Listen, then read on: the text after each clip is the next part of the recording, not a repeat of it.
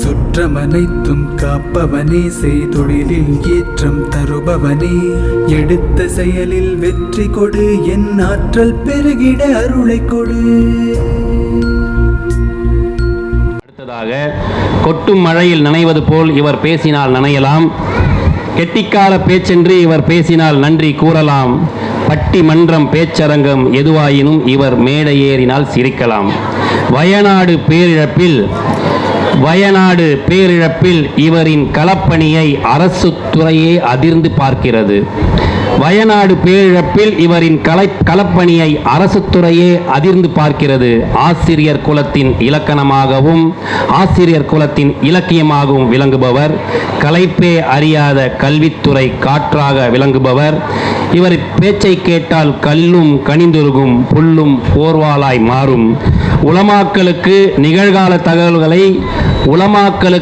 நிகழ்கால தகவல்களை தரமாக தவறாமல் அள்ளித்தரும் வெள்ளிமேடை எனும் இணையதளத்தின் ஆற்றல் மிகு ஆசிரியர், எழுத்தாளர், சிந்தனையாளர், இருட்டின் வெண்ணிலவு, மனதின் கதகதப்பு, நட்பின் பெருவழி, பேச்சாற்றலின் பேரருவி, உலமாக்களின் உலமா, கோவை கரும்புக்கடை சுன்னத் ஜமாத் பள்ளியின் தலைமை இமாம், எங்கள் கண்ணியத்திற்குரிய மௌலவி ஏ அப்துல் அஜீஸ் ஃபாசில் பாக்கவி MA MPhil ஹஸ்ரத் அவர்களை எம் மாணவர்களுக்கு வாழ்த்துரை வழங்க அன்புடன் அழைக்கிறேன்.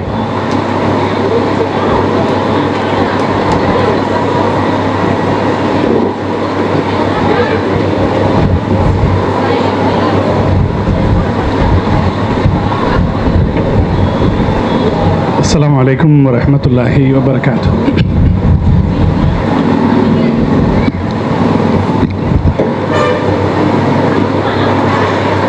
نحمده ونصلي على رسوله الكريم. ما بعد، فقد قال الله تعالى في القرآن العظيم والفرقان المجيد: ما منعك أن تسجد لما خلقت بيدي. صدق الله العلي العظيم. سبحان ربك رب العزة عما يصفون وسلام على المرسلين والحمد لله رب العالمين. اللهم صل على سيدنا محمد وعلى آله وأصحابه وسلم.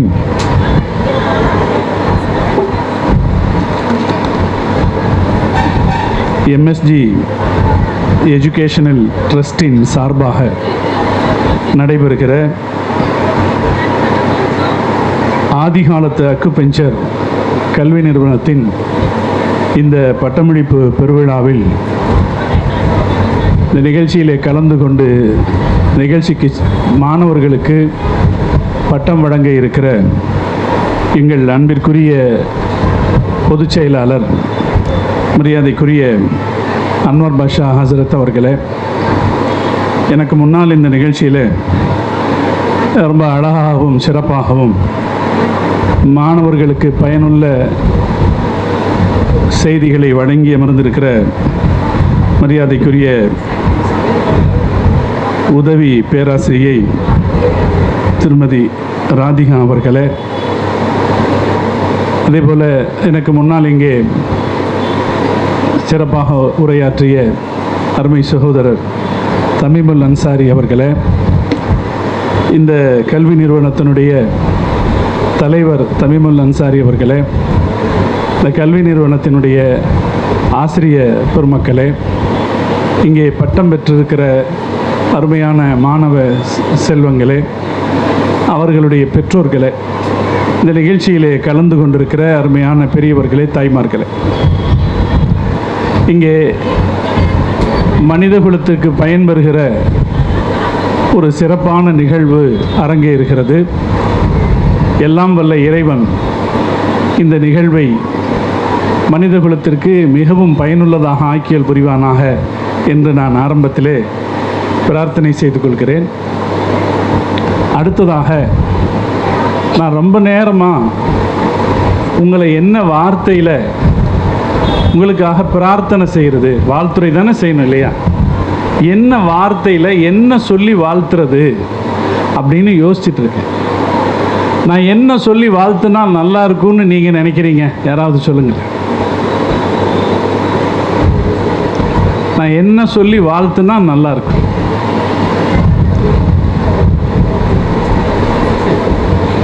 சரி, நீங்கள் சொல்லாவிட்டால் கூட யோசிங்க, நான் என்ன சொல்லி வாழ்த்துனா நல்லா இருக்கும்.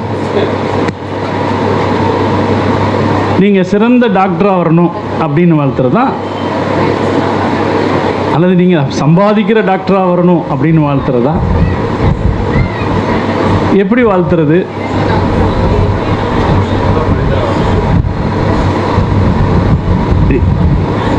எப்படி வாழ்த்துறது அப்படின்னு யோசிக்கும்போது எனக்கு ஒரு வாழ்த்து சொல்ல தோணுது. எந்த பேஷண்ட் உங்களை நம்பி உங்கள் முன்னால் வந்து உட்காருகிறாரோ அவருக்கு என்ன நோய் என்று புரிந்து கொள்கிற பக்குவத்தை இறைவன் உங்களுக்கு வழங்குவானாக. அதற்கு சரியான மருந்தை தருகிற பக்குவத்தை இறைவன் உங்களுக்கு வழங்குவானாக என்று நான் வாழ்த்துகிறேன். இப்படி வாழ்த்துறதுக்கு எனக்கு தூண்டுதலாக அமைந்திருந்தது திருக்குர்ஆனுடைய ஒரு வாசகம். அதைத்தான் நான் எல்லா மருத்துவர்களுக்கும் சொல்வது, என்னை நினைத்து தேடி வருகிற எல்லா மருத்துவர்களுக்கும் சொல்வது, மனித உடல் என்பது கடவுளின் சொந்த படைப்பு. God's own make. இந்த உலகமே கடவுளின் படைப்பு தான். ஆனால் மனிதனை பற்றி குர்ஆன் சொல்லுகிற போது இறைவன் சொல்கிறான், ஹலக்து பியதை, நான் என் கைகளால் மனுஷனை படைச்சேங்கிறான். அதே போல குர்ஆன் சொல்கிறது, எனது உயிரை நான் ஊதினேன்கிறான். அப்போ மனிதனுடைய உடல் கடவுளின் சொந்த படைப்பு, மனிதனின் உயிர் கடவுளின் உயிரின் ஒரு பிரதி. மனித உடல் என்பது இந்த உலகத்தில் கடவுளின் ஒரு ரகசியம், ஒரு அதிசயம். அந்த அதிசயத்தை பாதுகாக்கிறவர்கள் மருத்துவர்கள். மனித உடல் என்பது கடவுளின் ஒரு அதிசயம் என்றால் அந்த அதிசயத்தை பாதுகாக்கிறவர்கள் மருத்துவர்கள். ஒரு ஆளு அவனுடைய உடல்ல ஒரு குறைன்னு சொல்லி ஒரு மருத்துவர்கிட்ட வந்து உட்காருகிற போது கடவுளுக்கு அடுத்தபடி அவர் அவரை நம்புகிறார். அதுலேயும் இந்த காலத்தில் அலோபதி மருத்துவத்தின் மீது கொஞ்சம் கொஞ்சமாக மக்களுடைய நம்பிக்கை குறைஞ்சிட்டு வருது. எம்ஆர்எம் அப்துல் ரஹீம் நிறைய புஸ்தகங்கள் எழுதியிருக்காரு. அவர் ஒரு புஸ்தகம் நகைச்சுவை கதைகள்னு ஒன்று எழுதியிருக்கார். அதில் அவர் ஒரு கதை சொல்லுவார். லண்டனில் நீண்ட காலம் வாழ்ந்த ஒரு மூதாட்டி இறந்து போகிறாங்க. அவங்க ஒரு உயில் எழுதி வச்சிருக்காங்க, என்னுடைய சொத்துல 1/4 பங்கு எனக்கு மருத்துவம் செய்த டாக்டருக்குரியது அப்படின்னு உயில் எழுதி வச்சிருக்காங்க. அதை நான் என்னுடைய ஒரு பொட்டியில் வச்சிருக்கேன் அப்படின்னு சொல்றாங்க. எல்லாரும் ஆச்சரியப்படுறாங்க. உயில் எழுதி வைப்பாங்க, சொந்த பிள்ளைங்களுக்கு எழுதி வைப்பாங்க, அல்லது பொது நிறுவனங்களுக்கு எழுதி வைப்பாங்க. டாக்டருக்கு யாராவது உயில் எழுதி வச்சு பார்த்துருக்கீங்களா என்ன? இந்த அம்மா நீண்ட காலம் வாழ்ந்த அம்மா டாக்டருக்கு உயில் எழுதி வச்சிருக்காங்க. அது ஒரு பொட்டியில் வச்சிருக்கேன்னாங்க. எல்லாரும் ஓடி போய் அந்த பொட்டியை திறந்து பார்த்தா நிறைய மாத்திரைகளாக இருந்துச்சு. அந்த அம்மா சொன்னாங்க, அதில் ஒரு கடிதம் வச்சுருந்தாங்க. அதில் சொன்னாங்க, இந்த டாக்டர் எனக்கு நிறைய மாத்திரையை கொடுத்தாரு, அதையெல்லாம் வாங்கினா ஒன்று கூட நான் சாப்பிடலை, அதுதான் நான் இவ்வளவு காலம் வாழ்ந்ததுக்கான ரகசியம், அதனால் இந்த டாக்டருக்கு இதையெல்லாம் கொடுத்துருங்க என்று அந்த அம்மா எழுதி வச்சாங்கன்னு ஒரு நகைச்சுவையை எம்ஆர்எம் அப்துல் ரஹீம் எழுதி வச்சிருக்கார். அப்போ இன்னைக்கு மருத்துவம் என்பது பெரிய செலவு பிடிக்கிற வேலையாக ஆயிடுச்சு. அதை விட நம்பகத்தன்மை போயிடுச்சு. யாரை நம்பி போறதுன்னு தெரியல. எதை அவருக்கு நமக்கு சொல்றாரோ அதுதான், எதை அவர் மருத்துவமாக நமக்கு சொல்றாரோ, மருந்தாக நமக்கு சொல்றாரோ, அது உண்மையில் நமக்கு நன்மை சார்க்கக்கூடியதாக இருக்குமா தீமையானதாக இருக்குமாங்கிற ஒரு பெரிய கேள்விக்கு வந்துட்டாங்க. அதனால இன்னைக்கு என்ன செய்யறாங்களாம், டாக்டர் ஒரு மருந்தை பிரிஸ்கிரைப் பண்ண உடனே புத்திசாலித்தனமான எந்த நோயாளியும் அந்த மருந்தினுடைய சைடு எஃபெக்டை போய் தேடி பார்க்குறாராம். சைடு எஃபெக்டை போய் தேடி பார்த்துட்டு இது இல்லாத மருந்து எதுவும் இருக்குமான்னு தேடுறார். இந்த சூழ்நிலையில தான் இன்றைக்கு மாற்று மருத்துவம் அப்படிங்கிறது வளர்ந்து வருது. இதில் இன்னொரு விஷயமும் இருக்கு. என்னன்னா, மாற்று மருத்துவர்கள்ட்ட வந்து நிற்கிறாங்கல்ல, அவங்கள பல பேர் எப்படிப்பட்டவங்கன்னா, அலோபதி மருத்துவத்தில் அவர்களுக்கு தீர்வு கிடைக்காதவர்கள். நிறைய பேர் மாற்று மருத்துவத்துக்கு வந்திருக்கிறவங்க நிறைய பேர் இருக்காங்க, நம்மளும் பார்க்குறோம். அதில் யார் சக்ஸஸ் ஆகிருக்கிறாங்களோ அவங்க வந்து அலோபதி மருத்துவத்தை விட அதிகமாக சம்பாதிக்கிறாங்க. அவங்க கிட்ட காத்திருக்கிறதுக்காக ஒரு நாளைக்கு முன்னாடி வந்து காத்திருக்கிறாங்க. அப்படியெல்லாம் பல டாக்டர்ஸ் நானும் பார்த்துருக்கேன். இப்போ இந்த மாற்று மருத்துவர்களிடத்தில் வருகிற மக்கள் யாருன்னா, அலோபதி மருத்துவத்தால் எதுவும் செய்ய முடியலை, இங்கே போய் பார்ப்போம்னு கடைசி தீர்வை தேடி வருகிறார்கள். அப்படின்னா கடவுளுக்கு அடுத்தபடி உங்களை தான் அவங்க நம்பி வர்றாங்கன்னு அர்த்தம். எனவே இந்த சூழ்நிலையில் நமக்கு முன்னால் வந்து உட்காருகிற இந்த நோயாளிக்கு நாம் என்ன செய்ய வேண்டும்? எனக்கு இருக்கிற நேரம் ரொம்ப கம்மினா போதுமானது, இந்த கூட்டத்துக்கு போதுமானது. ஆனால் நிறைய பேச்சு நீங்களும் கேட்டுட்டீங்க, அதனால் நான் ரொம்ப நேரம் பேசக்கூடாது.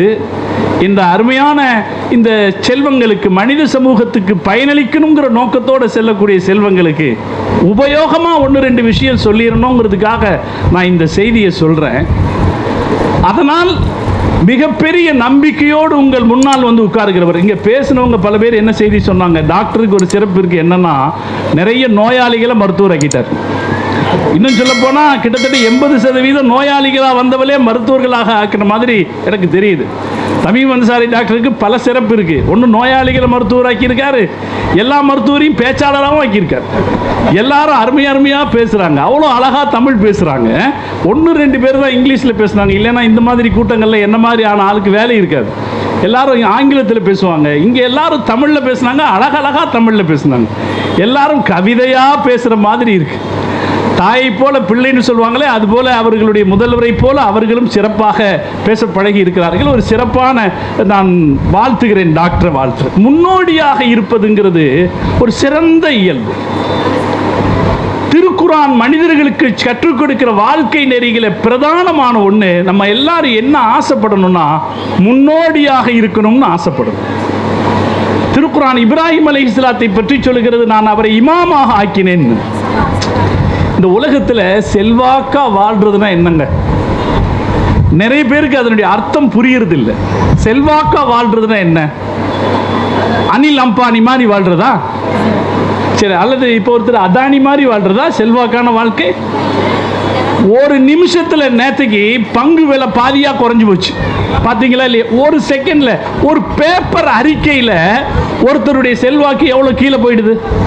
இதுக்கு முன்னாடி 1000 லட்சம் கோடிகள் இறங்கி போச்சுன்னு சொன்னாங்க, இப்போ ஓரளவுக்கு இறங்கி போச்சுக்கிறாங்க. இதான் செல்வாக்கு? ஒரு மனிதருடைய செல்வாக்கு என்னங்கிறதுக்கு திருக்குரான் விளக்கம் சொல்லுது. நீ முன்னோடியார், உன்னை பார்த்து 4 பேர் வரணும். இங்கே பேசிய மாணவிகள் ஒருத்தர் சொன்னார், சார் உங்களை பார்த்து நான் டாக்டர் ஆயிருக்கேன்னு சொன்னார். எனக்கு நீங்கள் தான் முன்னோடின்னு சொன்னாங்களா இல்லையா? இது ஒரு மனித வாழ்க்கையில் ஒரு சிறப்பு. நான் என்னுடைய சகோதரரை நான் எப்படி பார்த்துருக்கேன்னா, இது வரைக்கும் இன்றைக்கி தான் நான் அவர் இப்படி பார்க்குறேன். எனக்கு இப்போ தான் இவர் இப்படின்னு தெரியட்டும். நிஜமாக உண்மையை சொல்கிறேன் சார், டாக்டரு அப்படிங்கிற இந்த விஷயமெல்லாம் எனக்கு தெரியாது. நான் அவரை பார்த்தது, அவர் வந்து ஒரு வாலண்டியர் எங்களுக்கு. நான் அவரை பார்த்தது எங்களுடைய நிகழ்வுகளில் எல்லாத்தையும் அவருடைய வாலண்டியர், ஒரு வேலையை கொடுத்தா சிறப்பாக செஞ்சு முடிக்கிற ஒரு வாலண்டியரை தான் பார்த்தேன். இன்றைக்கி தான் அவர் இவ்வளோ பெரிய ஒரு நிறுவனத்தின் தலைவருங்கிறது இருக்கு. காந்தியடிகள் சொல்லுவார், யாருக்கு தொண்டனாகிற மனோதிடம் இருக்கிறதோ அவன்தான் தலைவனாக முடியும்னு சொல்லுவார். இந்த சுதந்திர தினத்தில் காந்தியடிகளை நினைச்சு பார்த்துக்கணுமா இல்லையா? அதுபோல சகோதரர் மிகச்சிறந்த ஒரு தொண்டராக எங்களுக்கு அறிமுகமானார். ஆனால் இன்று அவர் அதற்குரிய தகுதியை வச்சிருக்கிறார்னு பார்த்துட்டோம். அவர் ஒரு முன்னோடியாக இருக்கிறார். இருக்கிற மாணவிகள் எல்லோருமே நாம் என்ன செய்யணும்னா, இந்த துறை கொண்டு போகிற முன்னோடிகளாக நாம் இருக்க வேணும்னு முதல்ல ஒரு தீர்மானம் எடுத்துக்கலாம். எப்படி எங்களுடைய ஆசான் இந்த துறையை கொண்டு செல்வதில் ஒரு முன்னோடியாக இருக்கிறாரோ, நாங்கள் ஒவ்வொருவரும் இதில் முன்னோடிகளாக இருப்போம் என்று ஒரு உறுதிமொழி எடுத்துக்கொண்டால் அது சிறப்பானது. அப்படி அவர்கள் முன்னோடிகளாக திகழ்வதற்கு நான் ஒரு வழிகாட்டுதலை சொல்ல போகிறேன். அவங்க என்ன செய்யணும்னா, அவர்களுக்கு முன்னால் வந்து உட்காருகிற நோயாளியின் திறன் என்ன, நோய் என்பதை அவர்கள் கண்டுபிடித்துக் கொள்கிற திறன் அவர்களுக்கு வர வேண்டும். அதை கடவுள் தர வேண்டும். அது இருக்கு பார்த்தீங்களா? இந்த கைராசியான டாக்டர்னா யாருங்க? சில பேர் போனாலே எல்லாம் கெட்டு போயிடும். இல்லையா? கைராசியான அவர் கை வச்சாருன்னா அவர் போயிடுவார். அது கைராசி அல்ல. கைராசியான டாக்டர்னா யாரை சொல்கிறாங்க தெரியுங்களா? யார் ஒரு நோயாளியை பார்த்த உடனே இவருக்கு என்ன நோயின்னு உண்மையாக கண்டுபிடிச்சி மருந்து கொடுக்குறாரோ அவர் தான் கைராசியான டாக்டர். கைராசின்றது வேறு எங்கே? நல்லா யோசிச்சு பாருங்க. ஒரு நோயாளி வருவார். நான் ஒரு டாக்டருடைய உதாரணம் சொல்கிறேன். எனக்கு தெரிஞ்ச ஒரு கைராசியான டாக்டர் இருக்கார். பல பேரை கடைசியாக அவர்கிட்ட அனுப்புவோம். ரொம்ப சாதாரணமாக தான் இருப்பார். இன்னைக்கு 150 ரூபா தான் அவர் சார்ஜ் வாங்குறாரு. இன்னைக்கு சாதாரணமாக ஸ்பெஷலிஸ்ட்டுகள் எல்லாம் 500, 700, 800 அப்படின்லாம் வாங்குறாங்க. அவர் 150 ரூபா தான் சார்ஜ் வாங்குவார். ஆனால் நான் கடைசியாக அவர்கிட்ட அனுப்புவேன். அவர் என்ன செய்வார்? நான் போய் உட்கார்ந்த உடனே என்ன பிரச்சனைன்னு சொன்ன உடனே தீர்வு சொல்லுவார். என்னுடைய ஒரு சகோதரருடைய பையனை அனுப்பின. தலைவலி, அந்த பையனுக்கு சின்ன வயசு, பையனுக்கு தலைவலி தீரவே இல்லை. என்னென்னமோ மருந்து சாப்பிட்டு பார்த்து தீரலை. சரி, இவர்கிட்ட போயிட்டு வாப்பான்னு அனுப்பினேன். அவர் போய் உட்கார்ந்த உடனே கண்டுபிடிச்சாரு. லைட்டுக்கு நேராக உட்காரியான்னு கேட்டார். ஆமான்னு சொன்னேன். 2 நாள் தள்ளி உட்காரு, சரியா போயிருந்தார். சரியா போயிடுச்சு. அப்போ இந்த மருத்துவம் எனக்கு இதுக்கு இடையில அக்குபஞ்சர்னா என்ன, இது எப்படின்னு பேசுறதுக்கு தெரியல. ஏன்னா நான் டெக்னிக்காக தெரிஞ்சவன் இல்லை. நான் சொல்ல வர்ற கருத்து என்னன்னா, ஒரு நோயாளி அவருடைய சேர்ல உட்கார்ந்த உடனே அவனுக்கு என்ன நோய் என்பதை கண்டுபிடிப்பது இருக்கிறதே, அது அறிவு அல்ல, கடவுளின் அருள். என் அன்பு செல்வங்களே, இந்த கல்வியை கற்றுக்கொண்டிருக்கிற பெருமக்களை நான் உங்களுக்கு சொல்லுவேன், உங்கள் மனதில் உறுதியாக இருத்துக் கொள்ளுங்கள். திறன் அவசியம், திறமை அவசியம். எதற்குனா மருந்து கொடுக்கிறதுக்கு திறமை அவசியம். மருந்து கொடுக்கிறதுக்கு, ஏன்னா நோய் என்னன்னு தெரியணும் இல்லையா? மருந்து கொடுப்பதற்கு திறமை அவசியம். நோயை கண்டுபிடிப்பதற்கு இறைவனின் அருள் அவசியம். அதனால் இது எங்கிருந்து சொல்றேன்னா, திருக்குர்ஆன் ஒரு பிரார்த்தனையை கற்றுக் கொடுக்கிறது. முஸ்லிம்கள் அதிகமாக கேட்கிற ஒரு பிரார்த்தனை. ஒரு வாழ்நாளில் ஒரு நாளைக்கு டெய்லி 17 தடவை கம்பல்சரியாக கேட்டுருவாங்க குர்ஆன்ல. ஃபாத்திஹா சூராவில் இஹ்தினஸ் ஸிராத்தல் முஸ்தகீம், யா அல்லாஹ் எங்களுக்கு நேர் வழியை காட்டுவாயாக, நேரான வழியை காட்டுவாயாக. இந்த வார்த்தைக்கு என்ன அர்த்தம் இருக்குதுன்னா, நீங்க ஒரு ஃப்ரிட்ஜ் வாங்க போறீங்க, இஹ்தினஸ் ஸிராத்தல் முஸ்தகீம்னு ஓதிட்டு போங்க. எது நல்ல ஃப்ரிட்ஜ் வாங்கணுமோ அது உங்களுக்கு வழி கிடைக்கும். நீங்க ஒரு டிவி வாங்க போறீங்க, உங்களுக்கு என்ன நல்ல டிவி வாங்கணும் அதுக்கு வழி கிடைக்கும். நீங்க ஒரு நிலம் வாங்க போறீங்க, ஒரு பொண்ணு பார்க்க போறீங்க, அல்லது ஒரு மாப்பிள்ளை பார்க்க போறீங்க, அதுல உங்களுக்கு நல்வழி கிடைக்கும். அதே போல ஒரு பேஷண்டை பார்ப்பதற்கு முன்னால் இஹ்தினஸ் ஸிராத்தல் முஸ்தகீம் சொல்லிக் கொள்ளுங்கள். இந்த பேஷண்ட்டுக்கு என்ன நன்மை செய்யணுமோ அது உங்களுக்கு வழிபிறக்கு. இது சாதாரணமானது, இது சாதாரணமானதல்ல, மிகப்பெரிய ரகசியம் அது. இதை நான் அதிகமாக மருத்துவர்களுக்கு சொல்லுவேன். ஏன்னா நீங்கள் கடவுளின் உடலை பாதுகாக்கிறவர்கள், கடவுளின் படைப்பை பாதுகாக்கிறவர்கள். நீங்க மற்ற எல்லாருக்கும் இருக்கிறத விட இது உங்களுக்கு ரொம்ப முக்கியம். அதனால இந்த பிரார்த்தனையை சொல்லிக் கொள்ளுங்கள். மருத்துவர்கள் எல்லோருக்கும் நான் சொல்றது ஒண்ணு என்னன்னா, மருத்துவர்கள் எப்படின்னா மக்களுடைய கஷ்டங்களை கேட்டு கேட்டு, நம்மெல்லாம் சாதாரணமாக ஒரு நாளைக்கு யாராவது ஒருத்தர் 2 பேருடைய சங்கடங்களை கேட்போம். டாக்டர் உட்கார்ந்ததுலேருந்து சங்கடம் தான் இல்லைங்களா? உட்கார்ந்ததுலேருந்து ராத்திரி எப்படி இருக்கும் ஒரு மனுஷ வாழ்க்கை? ஒரு மனுஷ வாழ்க்கை எப்படி பெரிய டென்ஷன் ஆயிடுமா இல்லையா? அதுக்கு ஒரு வழி சொல்றேன். நீங்கள் தியானத்தை கடைபிடிங்க. அன்பானவர்களே, உங்களுக்கு இறைவன், நீங்கள் ஒரு இடத்த ஒரு நோயாளி உங்கள் முன்னிலையில் உட்கார்ந்த உடனே அவருடைய நோய் உங்களுக்கு புலப்படுவதற்கு இறைவன் வழிகாட்ட வேண்டும். அதுக்கு ஒரு சின்ன நடைமுறையை நாம கடைபிடிக்கணும். என்னன்னா, கொஞ்ச நேரமாவது தியானம் பண்ணணும். அரபில் அதை திக்ர் செய்யறதுன்னு சொல்லுவாங்க. நம்ம இஸ்லாமிய வழக்கில் திக்ர் செய்யறதுன்னு சொல்லுவாங்க. அது தமிழ் வழக்கில் தியானம் பண்றதுன்னு, கடவுளை நினைச்சு தியானம் பண்றது. ஏதாவது கொஞ்ச நேரம் பட்டம் பெற்றுகிறவர்கள், மருத்துவர்களாக பணியாற்றுகிறவர்கள், நான் உங்களை சொல்வேன், கடவுளின் படைப்பை பாதுகாக்கிற பொறுப்பில் இருக்கிறீர்கள். அதை சிறப்பாக செய்வதற்கு கடவுள் வழிகாட்ட வேண்டும். கடவுள் வழிகாட்ட வேணும்னா அதுக்கு நம்ம கிட்ட சில முயற்சிகள் இருக்கு. எங்க ஆசிரியர் சொல்லுவாரு, நீ இப்போ குர்ஆனில் சில வசனங்களை ஜபிச்சேன்னா, ஓதுனேன்னா நோயாளிக்கு நோய் குணமாகும். ஆனால் உன் நாக்கு அதுக்கு தகுந்த மாதிரி இருக்கு. இப்போ அவர் சொல்லுவார், உன் நாக்கு துருத்தியாக இருக்கணும். துருத்தியில் அடிக்கும் போது தான் என்ன ஆகுதுன்னா நெருப்பு, அந்த இரும்பு நெருப்பாகுது இல்லையா? துருத்தியில் அடிக்கும் போது தான் இரும்பு நெருப்பாகுது.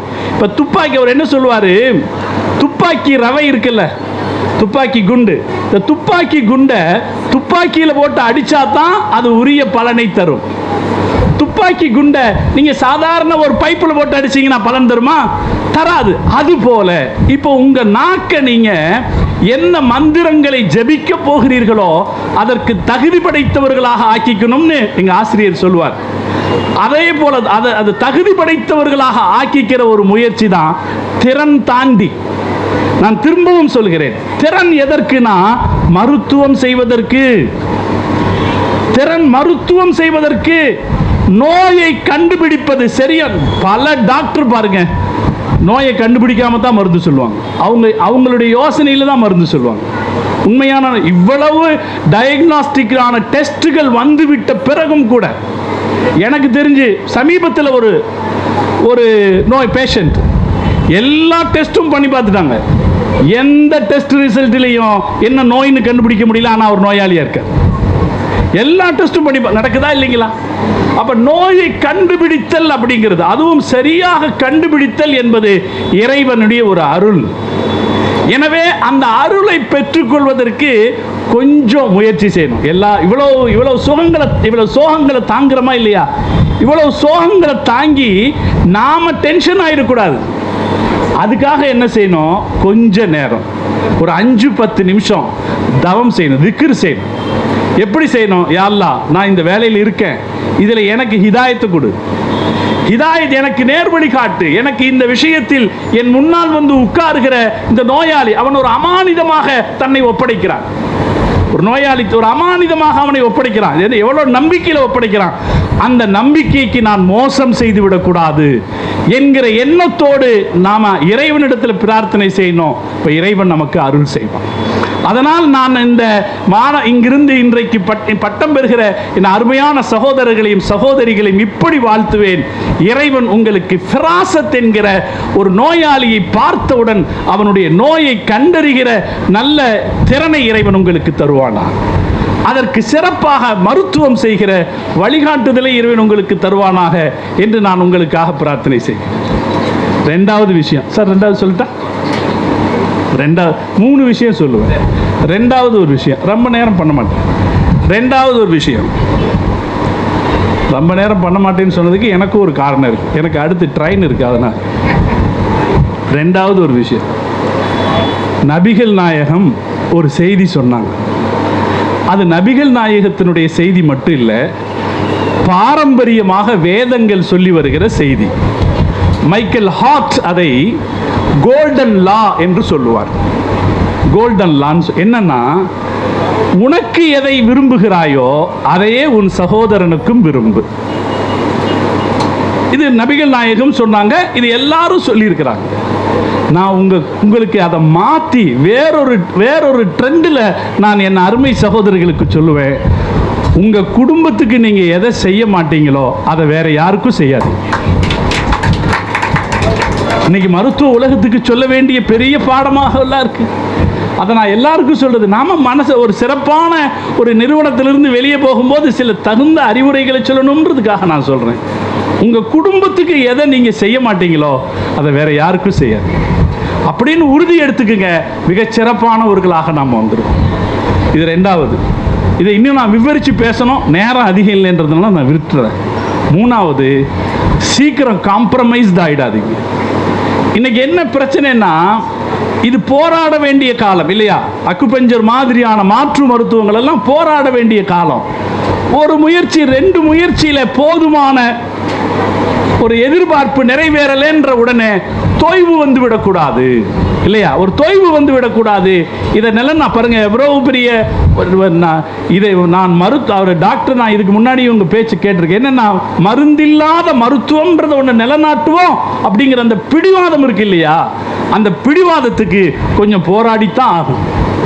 எனவே அந்த போராட்டம் சீக்கிரத்தில் காம்ப்ரமைஸ் ஆகிடும். படிக்கிறதுல காம்ப்ரமைஸ் கூடாது.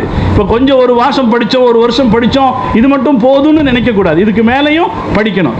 நாம் இன்னும் நிறைய படிக்கத்தான் நமக்கான வளர்ச்சி இருக்கிறது. நிறைய படிக்கணும். டாக்டர்ஸ் என்ன செய்ய முடியாதுன்னா படிப்பை நிறுத்த முடியாது.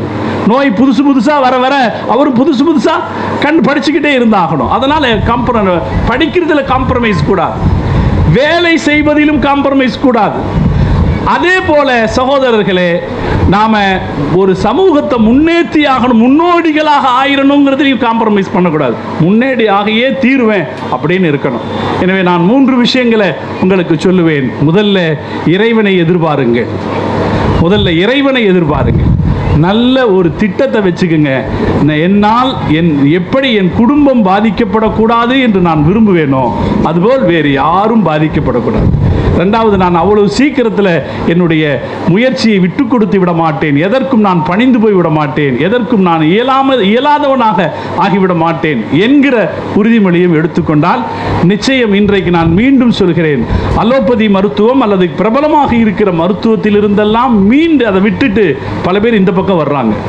இன்னைக்கு அவர் அறிவிப்பு செய்தீங்க, முதல்வர் ஒரு அறிவிப்பு செய்தார்னு சொன்னார். இதுக்கு முன்னாடியே பெரிய முதல்வர் ஒரு அறிவிப்பு செய்துட்டார் மருத்துவத்தை பற்றி, இல்லையா? நம்ம நாட்டினுடைய பிரதமர் சார்பாக ஒரு அறிவிப்பு இருக்கு. இப்பெல்லாம் என்னன்னா, மருந்து கடைக்கு போனால் அவனே டாக்டர் ஆயிடுறான். ஃபார்மசிக்கு போனால் அவனே என்ன சொல்கிறான், டாக்டர் இந்த மெடிசன் எழுதி கொடுத்துருக்காரு, இது 4000 ரூபா. நான் போய் என்னுடைய மருந்து சீட்டை கொடுத்தேன், இது 4000 ரூபா. நாங்கள் ஒரு மருந்து வச்சுருக்கோம், இதே மருந்து தான், அது 600 ரூபா தான். இப்போ டாக்டர் ஒரு பக்கம் குழப்பறாருன்னா அதுக்கு மேலே மருந்து கடைக்கார ஒரு பக்கம். இப்படியெல்லாம் இருக்கிற காலகட்டத்தில் மருந்தில்லாத மருத்துவம் என்கிற உயர்வான லட்சியத்தோடு போராடுகிற போது அது ஒருவேளை சவால்கள் நிறைந்ததாக இருக்கலாம். அந்த சவால்களை எதிர்கொள்கிற மன துணிவையும் அந்த சவால்களை எதிர்கொண்டு வெற்றியடைகிற நல்ல வாய்ப்பையும் இன்று பட்டம் பெறுகிற மாணவர்கள் பெற வேண்டும். நம்முடைய அருமை சகோதரர் தமிமுல் அன்சாரி, இன்னொரு தமிமுல் அன்சாரி, இவர்கள் போன்றவர்கள் மனிதகுலத்தின் நன்மைக்காக உழைக்கிற இந்த உழைப்புக்கு இறைவன் தகுந்த பலனை தர வேண்டும் என்று பிரார்த்தனை செய்து இந்த அன்பு உள்ளங்களை வாழ்த்தி இங்கே உங்களோடு பேசுவதற்கான வாய்ப்பை தந்தமைக்கு எனக்கு நன்றி கூறி நிறைகிறேன். வாஹு தஅவானா அனில் ஹம்துலில்லாஹி ரப்பில் ஆலமீன். அஸ்ஸலாமு அலைக்கும் வரஹ்மத்துல்லாஹி வபரகாத்துஹு.